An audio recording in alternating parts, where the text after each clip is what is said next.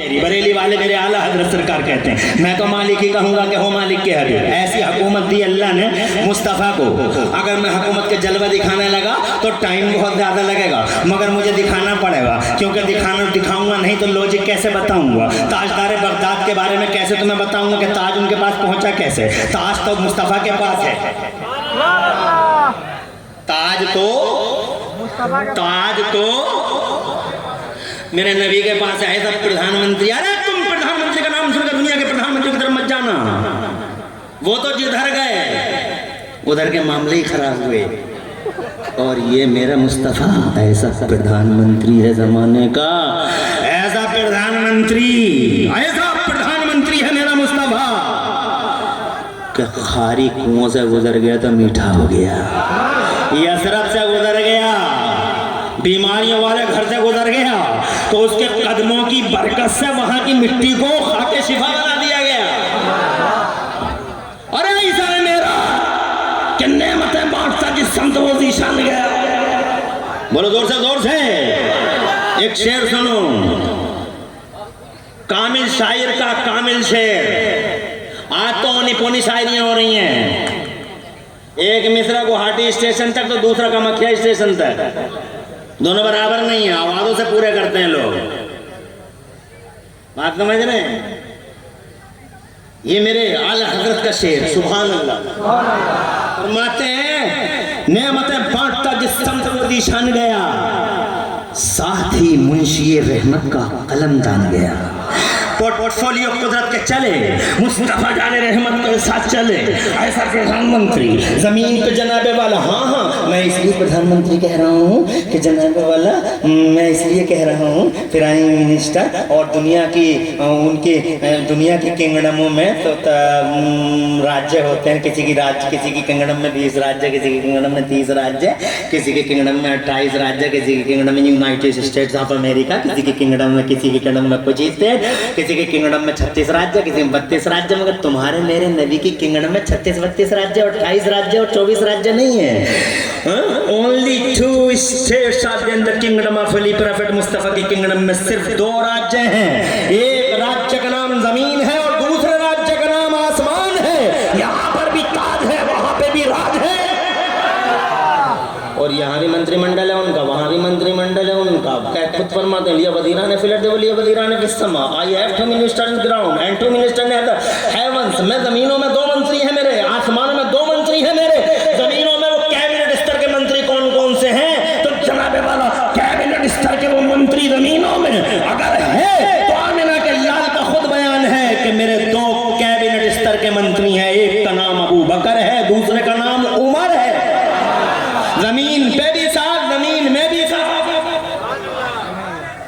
आसमानों पे भी जनाबे वाला मंत्रिमंडल है, इधर भी मंत्रिमंडल है, वहाँ भी मंत्रिमंडल है। बल्कि मिनिस्ट्री बोर्ड बनाना ही सिखाया उन्होंने, जमहूरियत सिखाई उन्होंने, लोकतंत्र दिया उन्होंने, डेमोक्रेसी दी उन्होंने, डेमोक्रेसी का पहला बंटवारा उन्होंने।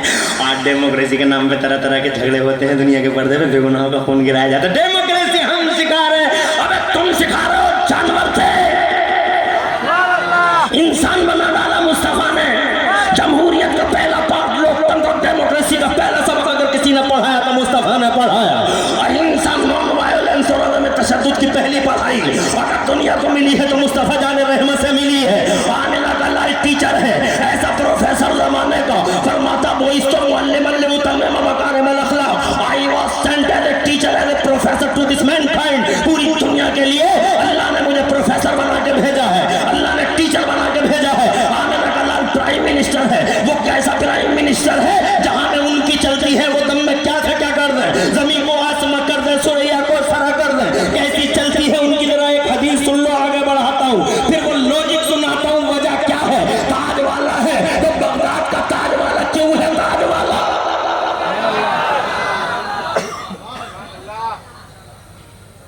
एक हदीस सुनाता हूँ, हदीस मशहूर है, मगर जब बात आती है तो मैं ये हदीस सुनाता हूँ। इजाजत है? मैंने दावा किया जहाँ में उनकी चलती है, अल्लाह ताला ने ऐसा सिस्टम दे के भेजा मुस्तफ़ा को कि जो चाहोगे, जहाँ चाहोगे, वहाँ जैसा आप चाहेंगे वैसा हो जाएगा। तो एक साहबा है मेरे नबी से आके कहते हैं, मुस्तफ़ा जाने रहमत से आके कहते हैं, नबी हो इरशाद फरमाया नबियों का इमाम हूँ, रसूलों के सरदार हूँ। तो कहने लगा अगर सच्चे नबी हो तो मुझे कोई निशानी दिखा दो। बेईमान भी जानते थे कि जो नबी होते हैं वो पावर वाले होते हैं। आज कलमा पढ़ के भी लोग नहीं जानते, सवाल करते हैं पावर है, he has no power, power नहीं है। अरे व्हाट इज द परिभाषा बता रहे पावर की, what is the definition of power, किसे कहते हैं power, he has no power. बेईमान जानता था कि जो नबी होता है वो पावर वाला होता है। कहता अगर सच्चे नबी हो तो पावर दिखाओ, निशानी दिखाओ। तो मेरे नबी ने ये नहीं कहा ही हैव नो पावर, है ही नहीं, दिखाऊं क्या, बल्कि मेरे नबी फरमाते मादा तुरीदो, अरे पावर की बात करने वाले मुझे ये बता दे, व्हाट डू यू वांट, तू चाहता क्या है। तू जो बोलेगा वो दिखा दूंगा। बस सरप्राइज हैरान रह गया कि ये तो मुझे फुल पावर दे रहे हैं, मैं इनसे बोलूँ तो क्या बोलूँ। इसी देर में उसने एक आइडिया सेट कर लिया। अब मैं हदीस सुनाता हूँ, नॉन स्टॉप सुनाऊंगा, कहीं रुकूंगा नहीं, 1 मिनट में बात तमाम करूँगा। जल्दी जल्दी इसलिए बोल रहा हूँ ताकि 24 मिनट के अंदर बात पूरी कर सकूँ, इसलिए बहुत तेज़ी के साथ बोल रहा हूँ। तो जनाब वाला कहने लगे कि वो कहने लगा आइडिया सेट करके, मेरे नबी ने फरमाया बोल चाहता क्या है। तो जनाब वाला वो कहने लगा अगर सच्चे नबी हो मोहम्मद इब्ने अब्दुल्ला, अगर सच्चे नबी हो तो उस पेड़ को बुला के दिखा दो, उस पेड़ को यहाँ बुला के दिखा दो। तो मेरे नबी ने इरशाद फरमाया मैं नहीं बुलाता उस पेड़ को। आका फरमाते मैं नहीं बुलाता उस पेड़ को, आका फरमाते मैं नहीं बुलाता उस पेड़ को, बल्कि तू खुद उस पेड़ से जाकर कह दे कि तुझे मोहम्मद रसूलुल्लाह ने बुलाया है, आमिना के लाल ने बुलाया। वो बेईमान गया पेड़ के पास में जाके कहने लगा अय्युहा शजर इन्ना मोहम्मदन यदऊका, वो पेड़ तुझे अल्लाह के नबी मोहम्मद बुला रहे हैं। इतना कहना था। अब पेड़ की गुलामी देखो, पेड़ ने ये नहीं देखा कि आने वाले की जबान कैसी है, पेड़ ने ये देखा कि भेजने वाले अब्दुल्ला के शहजादे की जबान कैसी है। जैसे ही उसने कहा तुझे वो बुला रहे हैं, जाने जाना बुला रहे हैं, बाहर बाहर बुला रहे हैं, हदीस पाक में आता फत से यमीन मोशी वाला पेड़ दाएं हिला बाएं हिला आगे हिला पीछे हिला चलने लगा। और ऐसा चला मुबर्रतन जज़ूरुहा, अपनी जड़ों से गर्द गुबार उड़ाकर चला जा रहा है। गया और नबी के कदमों की तरफ झुक के कहने लगा अस्सलातु वस्सलामु अलैका या रसूल अल्लाह, अस्सलातु वस्सलामु अलैका या नबी अल्लाह। ओ सुन्नियों, उधर वो पेड़ झुका, इधर ये बेईमान नबी के कदमों पे गिर के कहने लगा आमिना के लाल की जब ऐसी शान है तो रब्बे ज़ुल जलाल की शान कैसी होगी। हाथ बढ़ाइए, कलमा पढ़ाइए, हल्का बगोशा इस्लाम फरमाइए। हज़रात मोहतरम एक हदीस है, बहुत सारी अहादीस करीमा मुस्तफ़ा के पावर पर दलालत करती हैं, उनकी सुल्तानी को दर्शाती हैं, मगर मैं जनाबे वाला उनकी सुल्तानी पर पूरी स्पीच देना नहीं चाहता, इसलिए कि टाइम नहीं है।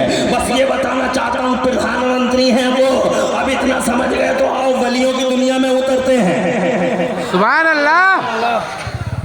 अब जो मैं आपको समझाना चाहता हूँ वो समझ लो।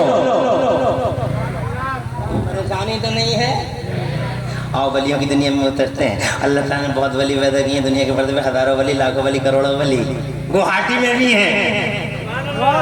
अरे गयासुद्दीन क़िबला हुजूर है या नहीं, इसी है गुवाहाटी में, तारीख भरा शहर है गुवाहाटी। अरे गुवाहाटी क्या, अल्लाह का वली तो वहाँ तुम हेलीकॉप्टर से भी नहीं जा सकते, मगर अल्लाह का वली देखोगे पर्वतों की चोटियों पे देखोगे, समंदरों के बीच में देखोगे, जहाँ तुम जनाबे वाला जा नहीं पाओगे वहाँ अल्लाह का वली मौजूद है, दीन का झंडा उठाकर।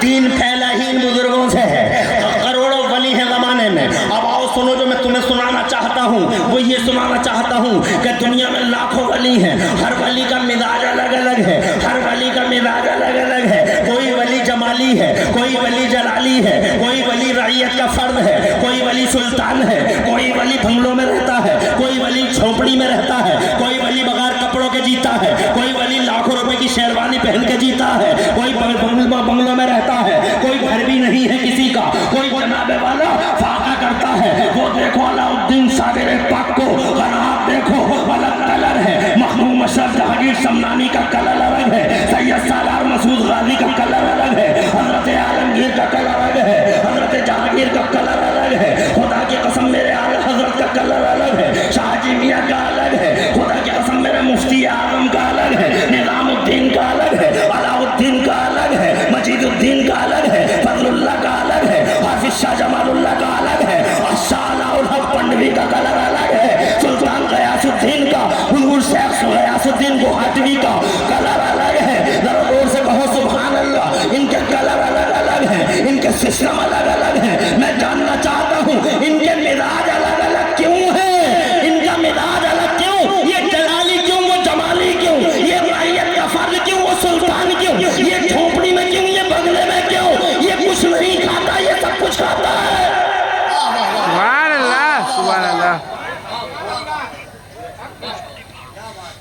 क्या नाम लेकर बताऊं?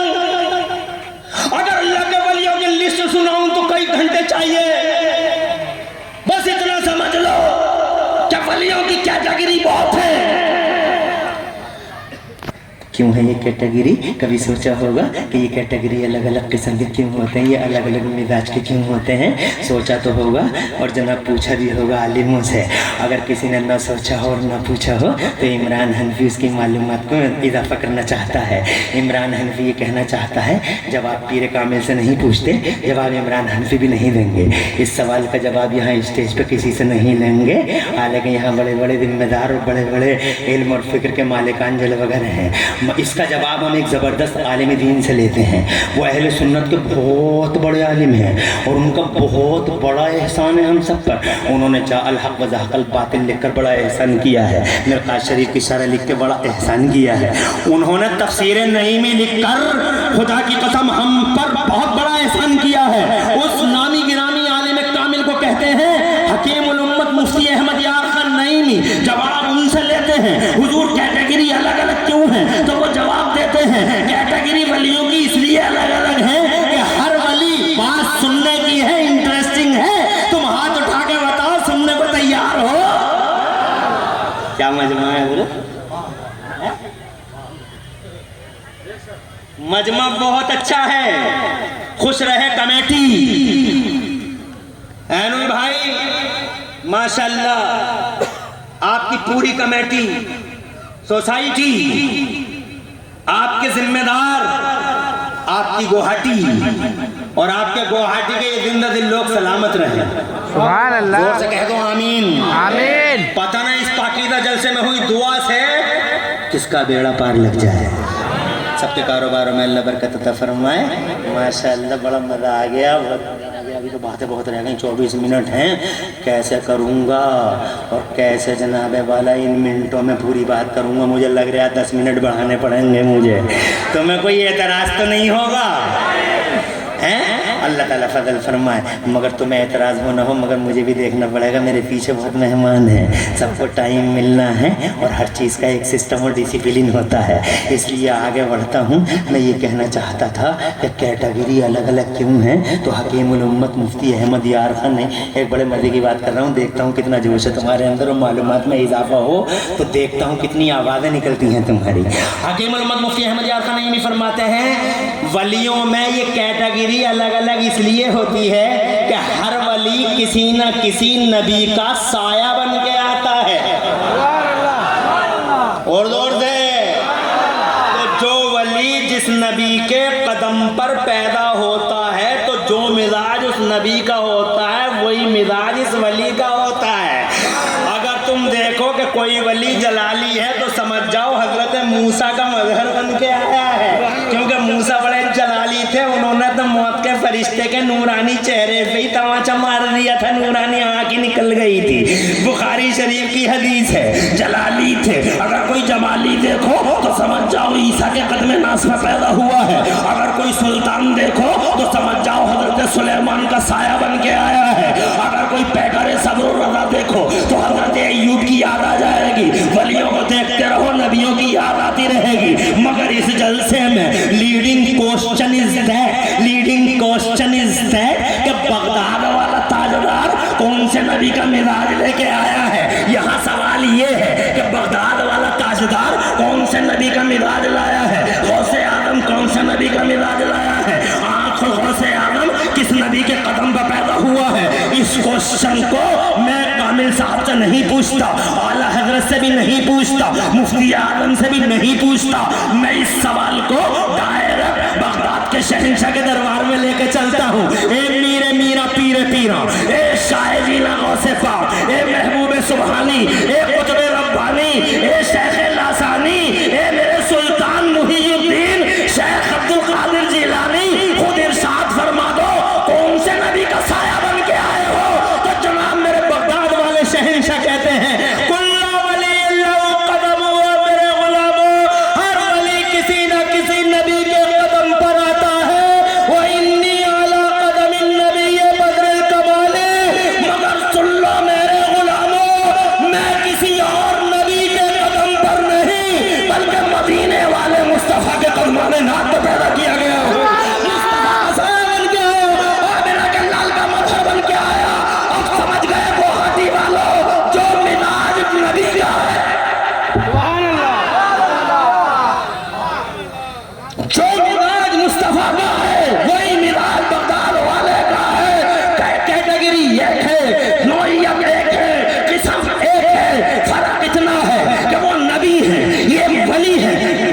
के इमाम हैं, ये वलियों के इमाम हैं। और जनाब वाला जहाँ तक मिजाज की बात पूछते हो, मुझे ऐसा लग रहा तुम्हारा जोश भी कुछ ठंडा पड़ गया।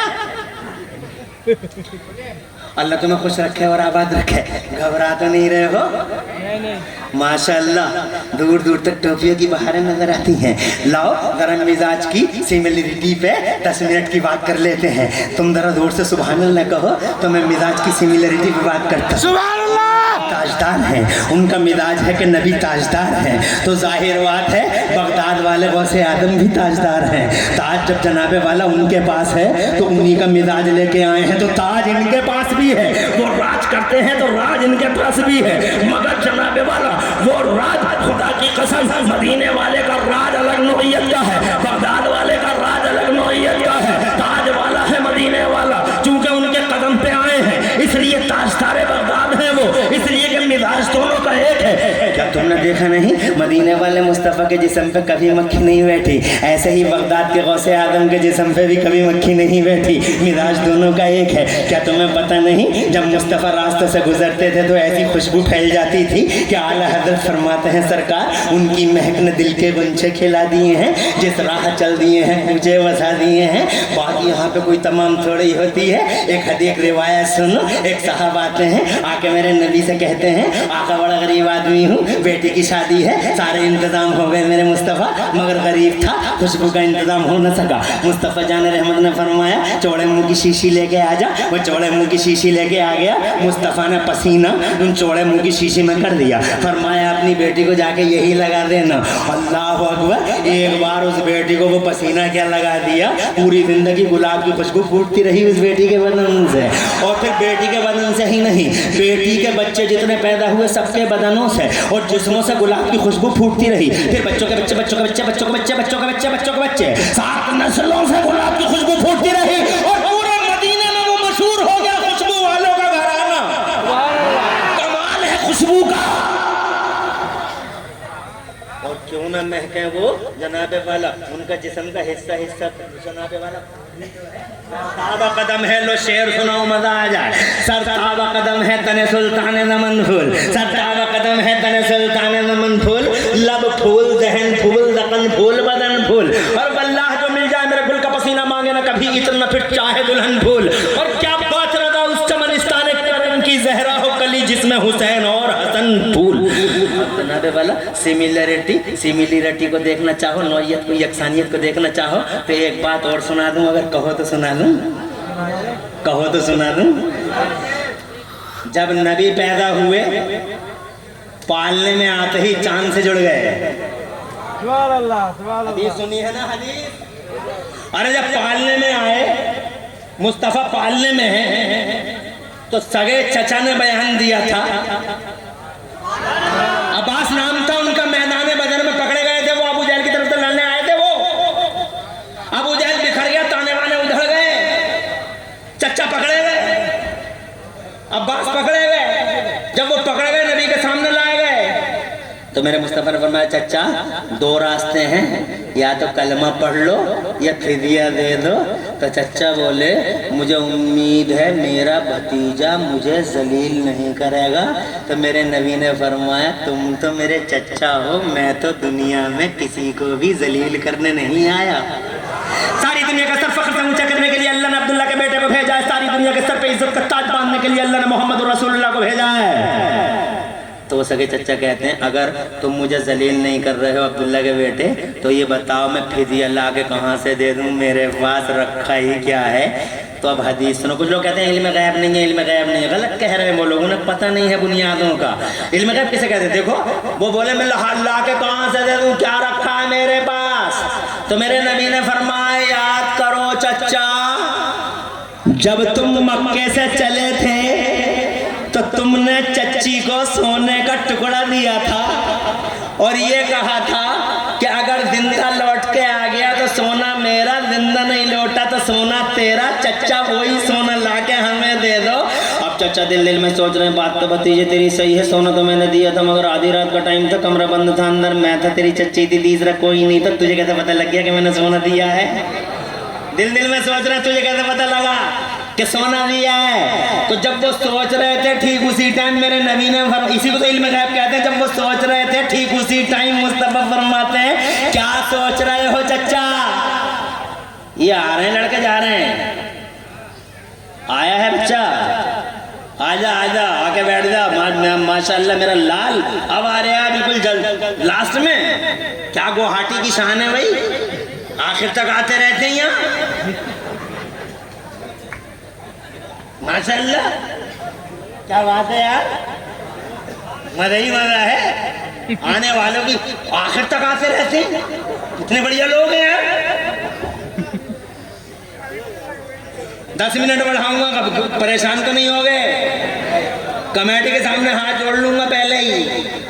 डिसिप्लिन है भैया, इनकी भी मजबूरियां हैं, मेहमान बहुत हैं, मगर 10 मिनट नहीं 8 मिनट ले लेता हूँ, 2 मिनट कम कर देता हूँ। तो जनाब वाला कहते हैं चचा क्या सोच रहे हो? और चचा वही सोच रहे, तुम्हें कैसे पता लग गया? ये सोच रहे तुम्हें कैसे पता लग गया? तो कह क्या सोच रहे हो? तो अब चचा बोले दिल में जो इतनी दूर की देख रहा है वो यहाँ की भी देख रहा होगा, झूठ बोलने से कोई फायदा वायदा है नहीं। इसलिए चचा ने सीधा सीधा कह दिया भतीजे मैं ये सोच रहा था, झूठ नहीं बोलूँगा, मैं ये सोच रहा था सोना था मैंने दिया था तेरी चच्ची को, मगर आधी रात का टाइम था, कमरा बंद था, अंदर मैं था, तेरी चच्ची थी, तीसरा कोई नहीं था। तुझे कैसे पता लग गया भतीजे? तो मेरे नबी मुस्कुरा दिए और मुस्कुरा के फरमाया अखबरनी अल्लाह, ये मेरे चचा मुझे मेरे रब ने गैबों का इल्म अता फरमाया।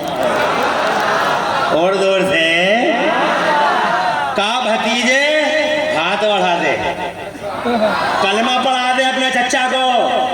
अब्बास से हजरत अब्बास बन गए, अब्बास से हजरत अब्बास बनते ही जबानी बदल गई, स्पीकिंग स्टाइल बदल गया। पहले भतीजा भतीजा कर रहे थे, अब या रसूल अल्लाह कह रहे हैं।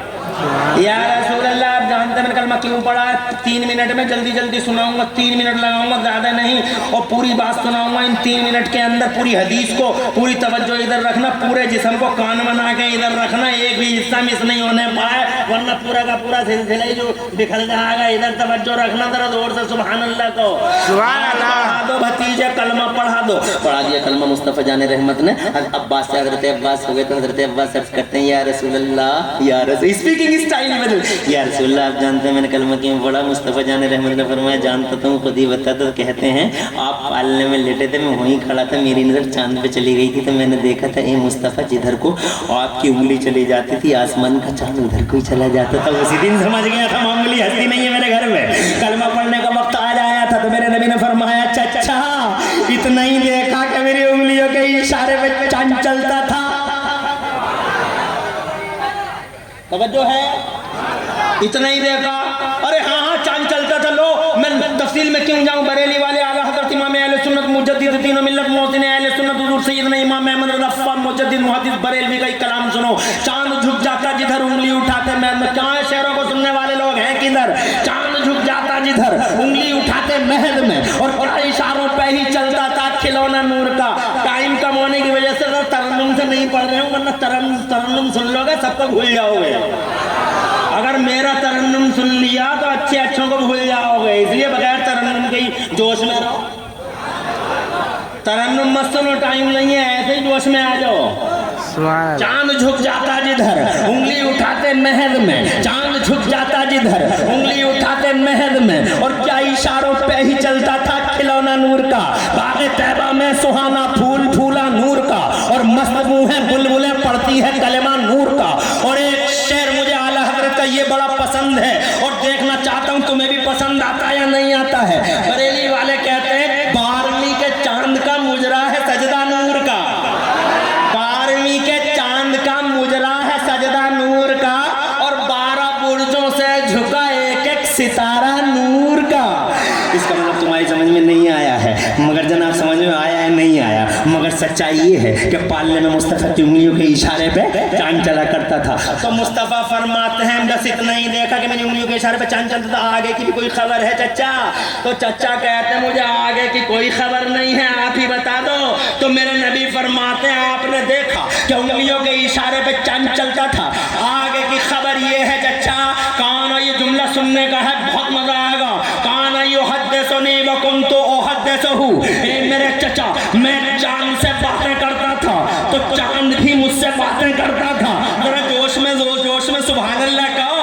मैंने आज तक ये सुना था कि चांद से बातें करते हैं लोग, तुम भी करते हो गए। और हमारी यहाँ भी औरतें अपने बच्चों को गोदों में ले लेके चांद से बातें करती, चंदा मामा दूर के, चंदा मामा दूर के, चंदा मामा दूर के, चंदा मामा दूर के। मगर चंदा मामा कभी बातें नहीं करते, उन्हें पता नहीं भांजा किस हाल में है, उन्हें कोई पता नहीं। मगर हिस्ट्री की पहली शख्सियत है तुम्हारे नबी की, ये चांद, वो चांद से बातें करते हैं। तो खुदा की कसम मुस्तफा फरमाते चांद मुझसे बातें करता था। सुभान अल्लाह। आज जगह जगह लिखा हुआ चांद पे चला गया मेरा देश। बेशक without any doubt our India has reached the moon. India is now on the moon. Kamakhya के स्टेशन पर बिल्कुल सच लिखा है, मेरा हिंदुस्तान चांद पे चला गया। मगर सच्चाई ये भी है गुवाहाटी वालों, जब चांद पे गए हैं साइंस वाले तो चांद से फोटो खींचे हैं चांद के, गूगल पे देख लो चांद के जो फोटो आए हैं तो कमाल हो गया, कमाल। चांद के फोटो आए हैं तो फोटो ये आया है कि चांद के बीचों बीच में एक बटन है, चांद के बीचों बीच में एक लाइन है, चांद के बीचों बीच में एक दरार है। धन्यवाद वैज्ञानिकों, we are thankful to you scientist, तुम्हारा शुक्रिया। ये तुम्हें मालूम, तुमने बता दिया कि चांद में दरार है, मगर यू डोंट नो, तुम नहीं जानते ये दरार कैसी है। अगर ये जानना हो कि दरार कैसी है तो हमसे मिलो, मुफ्ती साहब से मिलो, पीर साहब से मिलो, हम बताएंगे दरार है कैसी। 6 मई की तारीख थी, 627 ईस्वी थी, 14 जुल्हज्जा की बात थी। इधर अबू जहल कंपनी खड़ी थी, इधर मेरा मुस्तफा खड़ा था। बात मक्के की है। सुभान अल्लाह। अल्लाह जज़ाए खैर दे तुम लोगों को।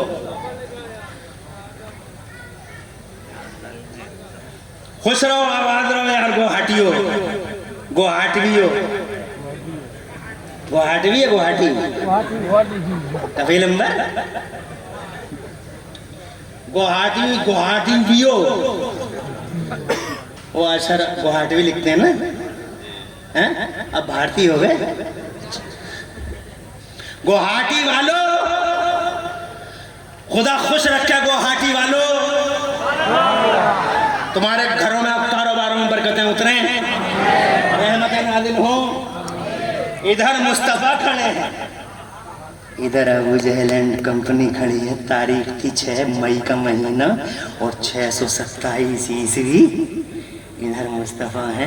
अबू जहल कंपनी इसलिए कह रहा हूँ क्योंकि अबू जहल की छतरी के नीचे एक से एक छटा हुआ गुंडा, पापी महापापी बदमाश नेचर मौजूद था। उतबा बहुत बड़ा बदतहजीब, शैबा बड़ा बदतहजीब और वलीद इब्न मुगीरा तो सर्टिफाइड बदमाश था, certified. Abu Jahl and company इधर मुस्तफा को बुलाया गया। दरअसल वाकया क्या था? वाकया ये था कि मेरे नबी के रास्ते को रोकने के लिए इन लोगों ने कौन सी कसर छोड़ी थी। नबी दीन फैलाते थे, ये कांटे बिछाते थे, मगर मुस्तफ़ा ने कांटे पे चल चल के दीन खुदा फैला डाला। ये ऊँट की ओझड़ियाँ ला के डालते थे, मुस्तफ़ा ने कोई केयर नहीं किया। ऐसा सबर कि क़यामत तक याद रखा जाएगा, पेश कर दिया। मुस्तफ़ा जाने रहमत का बहुत रास्ता रोका, बहुत रोका, मगर नबी नहीं रुके। तो इन्होंने इलाके के धनत्तरों, सूरमा और धुरंधरों को बुलाना शुरू कर दिया। समझा दो लोगों को। बड़े बड़े धुरंधर आके लोगों को समझाने लगे। लोगों के कानों में रूइयाँ ठूंस दी इन्होंने कि अब्दुल्ला के बेटे की आवाज़ कहीं कानों में ना आ जाए। मगर अब्दुल्ला के बेटे की आवाज़ में वो दम था कि रूइयों की सीमाओं को फोड़ फोड़ के तोड़ के मेरे मुस्तफ़ा की आवाज़ लोगों के दिलों में उतरती चली गई और दीने मुस्तफ़ा जनाब वाला फैलता चला गया। नतीजा ये निकल आया कि जनाब बहुत बड़े बड़े धुरंधर आने लगे। अब यमन से एक धुरंधर को बुलाया, बहुत बड़ा सूरमा है, हबीब नाम है इसका, हबीब नाम है इसका। बस आखिरी बात कर रहा हूँ, तुम घबराओ मत, बिल्कुल भी काना फूसी बंद कर दो। मैं जनाबे वाला 22 साल हो गए तकरीरें करते करते, चारों तरफ नजर रखता हूँ, है जनाबे वाला, चारों तरफ देखता हूँ। कानों में तो बात करना बिल्कुल ही बंद कर दो जनाबे वाला। मैं बस 2-4 मिनट लूंगा, बात तमाम करूंगा। कहने लगा हबीब को बुला के कहने लगा पिरले हो जाएगा, पिरले ख़त्म हो जाएगा सब कुछ। तुम्हें पता नहीं है वो अब्दुल्ला का बेटा, अबू तालिब का भतीजा। तो हबीब बोला अच्छा वो अब्दुल मुत्तलिब का पोता। कहाँ क्या बात है बताओ तो सही। कहा एक खुदा की बात करता है, 360 की तजलील करता, सब रूठे पड़े, सबकी गर्दनें लटकी पड़ी हैं। जब काबे में जाके देख ले रे, सबकी गर्दनें लटकी पड़ी हैं। हुबल रूठा पड़ा, मनात रूठा पड़ा, लात रूठा पड़ा, पिरले हो जाएगा। गजब का ज्वालामुखी फटने ही वाला है। इससे पहले कि इनका गजब उतरे, इससे पहले कि सैलाब आ जाए, मक्का डूब जाए, इससे पहले कि मक्का भस्म हो जाए, आग लगे और मक्का जल के खाकिस्तर हो जाए, ईंट बच जाए मक्के की। समझा दे लोगों को। हमने तो कानों में रूइयाँ तक ठूंस डाली मगर कोई फर्क ही नहीं पड़ा। तू समझा दे लोगों को। तो हबीब बोला क्या समझा दूं लोगों को, उसका कलमा तो पढ़ता ही चला जा रहा। मेरी राय ये है कि मैं उससे बात करना चाहता हूँ, बात करना चाहता हूँ। तो अबू जहल के कान खड़े हो गए। बोला क्या कह रहा, बात करना चाहता हूँ। अबे बात का ही तो मसला है, जो एक बार बात कर लेता है उससे उसके कदमों में दिल बिछा देता। का बात मत कर। कहा जिम्मेदार हूँ, तेरी तरह बेवकूफ़ नहीं हूँ, बात करना ज़रूरी है। पंच हूँ, दोनों तरफ की सुनूंगा, तेरी सुन ली तो उसकी भी सुनूंगा। और अगर तुझे ये मंजूर नहीं तो यमन को जा रहा हूँ। कंधे पकड़ के बोला तू यमन को मत जा, सब मामला सॉल्व कर दे। बुला लेते हैं अब्दुल्ला के बेटे को। एक खबर भेजी मुस्तफ़ा जान रहमत किसी से डरते थोड़ी हैं। सूरमाओं के सूरमा, बहादुरों के बहादुर। मुस्तफ़ा जान रहमत फौरन ही अबू जहल कंपनी की तरफ रवाना। बड़ी बड़ी बोलियाँ बोल रहे थे, ऐसा कर देंगे, वैसा कर देंगे, ऐसा कर देंगे, बड़ी बड़ी बोलियाँ। और जैसे ही नबी का चेहरा देखा ऐसा सन्नाटा के बरेली वाले बोले कि या रसूल अल्लाह तेरे आगे यूं हैं दबे लचे फुसहा अरब के बड़े बड़े, तेरे आगे यूं हैं दबे लचे फुसहा। तरन्नुम में सुनाऊं, ऐसे ही सुना दूं। तेरे आगे यूं हैं दबे लचे फुसहा अरब के बड़े बड़े, तेरे आगे यूं हैं दबे लचे फुसहा अरब के बड़े बड़े। कोई जाने मुंह में ज़बान नहीं बल्कि जिस्म में जान नहीं। सन्नाटे में सन्नाटा छा गया सब पे। मुस्तफ़ा ने सन्नाटे की चादर को ये कह के फाड़ा क्यों बुलाया है हमें। तो अबू जहल बोला मैंने नहीं बुलाया, इसने बुलाया है। ये इसने बुलाया, इनसे बात करो। तो कहने लगा हाँ मेरा नाम हबीब यमन का रहने वाला हूँ, बहुत कुछ सुना तुम्हारे बारे में, तुम चाहते क्या हो। मेरे नबी ने फरमाया क्या सुना है तुमने। कहा मैंने ये सुना है कि मैंने ये सुना है कि तुम नबी का नबुव्वत का ऐलान करते हो। इरशाद फरमाया नबियों का नबी हूँ, रसूलों का सरदार हूँ। कहा नबियों के नबी हो तो दूध का दूध और पानी का पानी कर देंगे आज हम। हबीब नाम है हमारा, बहुत जिम्मेदार आदमी है। अगर तुम नबी हो तो जादूगरों के जादू जमीनों पे चलते हैं, आसमानों पे नहीं। अगर नबी हो तो इस चांद के 2 टुकड़े करके दिखा दो तो मेरे मुस्तफा मुस्कुराए। सुभान अल्लाह। बहुत छोटी सी बात कर गया हबीब, बहुत छोटी सी। पालने में लेटे थे तो ही किसी ने पूछा क्या बात करता था। ये चांद बातें क्या करता था। तो मेरे मुस्तफ़ा फरमाते चचा थे वो काना युलहिनी अनिल बुकाए। मेरे चचा मुझसे ये बातें करता था कि जब मैं पालने में लेटा लेटा रोना चाहता था तो चांद मुझसे कहता था आका रोना नहीं, आका रोना नहीं। अरे सुभान अल्लाह क्यों नहीं कह रहे। वो काना युलहिनी अनिल बुकाए। मेरे चचा जब मैं पालने में लेटा लेटा रोना चाहता था तो चांद मुझसे कहता था आका रोना नहीं, आका रोना नहीं। आप जैसे कहोगे हम वैसे हो जाएंगे।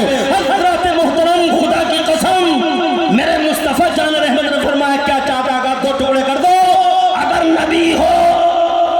सुभान अल्लाह। एक उंगली का इशारा किया। हज़रत मोहतरम मई की 6 तारीख थी, 627 ईस्वी, शाम का टाइम, जुल्हज्जा की 14 तारीख। एक उंगली का इशारा किया। जमीन और आसमान की बूढ़ी निगाहें गवाह है। चांद 2 हिस्सों में बट गया, एक पूरब में था एक पश्चिम में था। तो दोनों पैरों के नीचे से जमीन निकल गई अबू जहल कंपनी के। और हबीब का मुंह ऐसे ही खुला का खुला रह गया। तो कहने लगा डबल का सिग्नल कर दो, एक कर दो, एक कर दो, जल्दी से एक कर दो। तो खुदा की कसम दोबारा उंगली उठी है। पूरब वाला पश्चिम में मिल गया, पश्चिम वाला पूरब वाले की तरफ चला गया। हज़रत मोहतरम दोनों हिस्से जुड़ तो गए मगर गुवाहाटी वालों जब शीशा टूट जाता है तो लाख जोड़ो दरार रह ही जाती है। चांद में जो ये दरार है साइंस वाले सही कह रहे हैं,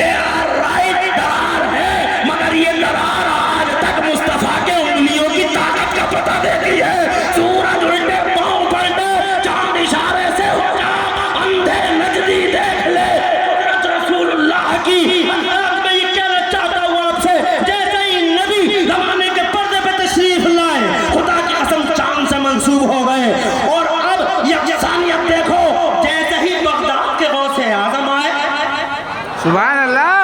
रमजान की पहली तारीख थी, चांद में कंफ्यूजन हो गया अगले साल को, तो लोग जनाबे वाला चांद देखने में आपस में झगड़ा कर रहे थे।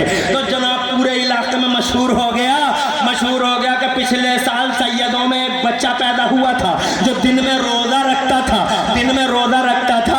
इसलिए उस बच्चे के घर चलो, माँ से पूछो, खुद ही बता देगी अगर दूध पी लिया होगा कि चांद हो गया है, अगर दूध नहीं पिया होगा तो चांद हो गया है। टोटल मिला के गवाही आई कि मेरे बच्चे ने दूध नहीं पिया है। फिर फौरन काफिला आ गया जिसने गवाही दे दी, और गवाही में जनाबे वाला ये बात आई कि हमने खुद चांद देखा है। शरी शहादत आ गई और लोगों ने उसी शहादत पर रोजा रख लिया।